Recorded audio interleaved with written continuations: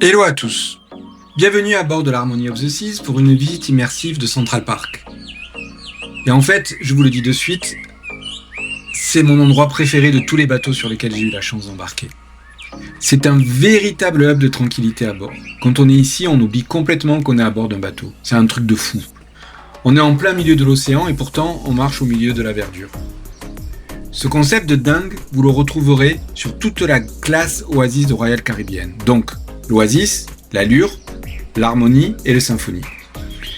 Si vous préparez votre prochaine croisière ou si vous aimez vraiment juste les géants des mers, restez bien avec moi. On va faire le tour complet, mais en mode ultra précis. Je vais vous montrer tous les petits recoins, les secrets botaniques et les spots cachés que 95% des passagers ratent quand ils viennent ici. Allez, venez avec moi, je vous emmène en balade. Alors, on va commencer par un truc qui donne vraiment le tournis, la végétation. Quand on regarde ma vidéo là, on se croit vraiment dans un parc public à New York ou à Paris. Mais concrètement, comment on fait pour faire pousser des arbres sur un paquebot de 225 000 tonnes qui navigue à 22 nœuds? Le saviez-vous? Pour l'Harmony, ils n'ont pas juste posé 3 plantes en pot avant de partir, des botanistes ont fait prépousser plus de 50 vrais arbres et des milliers de buissons dans des pépinières sur terre pendant des mois. Après, ils ont tout gruté directement dans le navire pendant sa construction à Saint-Nazaire. Regardez bien attentivement les massifs sur les côtés du sentier. Ce n'est pas de la terre classique, c'est un terreau composite ultra léger qui a été créé exprès pour ne pas alourdir le pont 8. Et le pire ennemi ici, c'est le sel et le vent marin. Du coup, sous le paillage, il y a tout un réseau invisible de tuyaux automatisés qui gèrent l'irrigation au goutte à goutte avec de l'eau douce produite par le désalinisateur du bord. Et le truc ultime, il y a un horticulteur en chef qui vit sur le bateau à plein temps. Son seul boulot, c'est de chouchouter ce poumon vert. C'est quand même incroyable, non? Regardez-moi ces parois géantes. C'est le gros point fort visuel quand on lève la caméra. Les living walls, les murs végétaux en français. Ils grimpent sur 3 ou 4 étages le long des cabines intérieures. Rien que sur ce bateau, ces structures verticales accueillent plus de 10 000 plantes individuelles. Les gars ont sélectionné des variétés de fougères super robustes, des lierres et des plantes tropicales capables de supporter les grosses rafales de vent quand on est dans l'Atlantique ou dans les Caraïbes.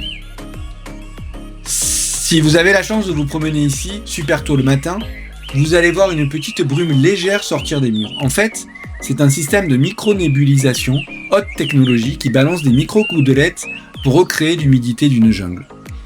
Et le saviez-vous? Ces murs, en fait, ils ne sont pas là que pour faire joli. Ils servent d'isolant phonique naturel pour toutes les cabines balcons que vous voyez juste au-dessus ou sur les côtés.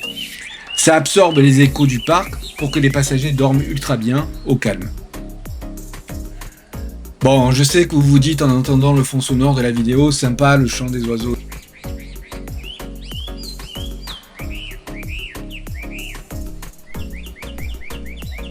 C'est une des anecdotes les plus fun du bateau. Une bonne partie de ce son est totalement artificielle.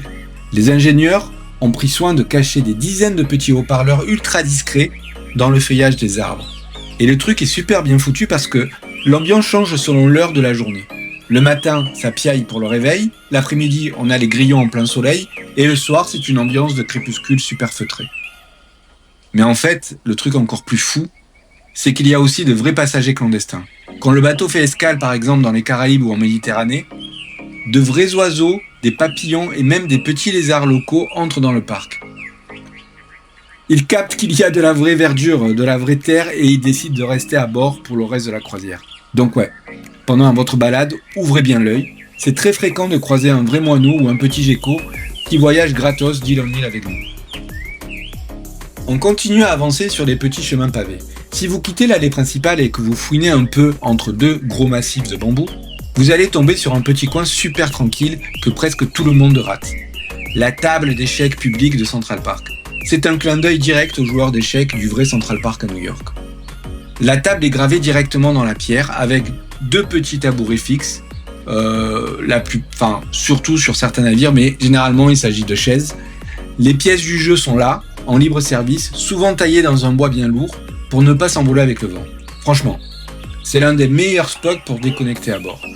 Vous vous êtes posé là, isolé par un rideau de verdure, vous entendez juste le bruit de l'eau des fontaines et vous oubliez à 100% que vous êtes en plein milieu de l'océan avec des milliers de personnes autour de vous.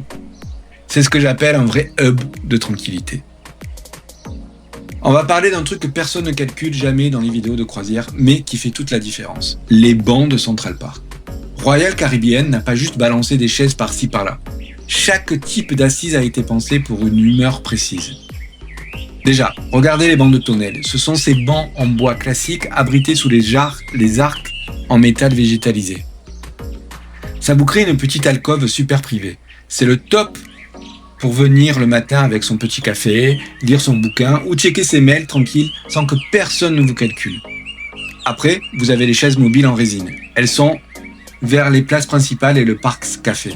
En fait, l'avantage c'est qu'elles ne sont pas fixées au sol. Donc, le petit tips, n'hésitez pas à les déplacer d'1 ou de 2 mètres au fil de la journée pour rester calé à l'ombre des grands arbres quand le soleil frappe et tape très fort.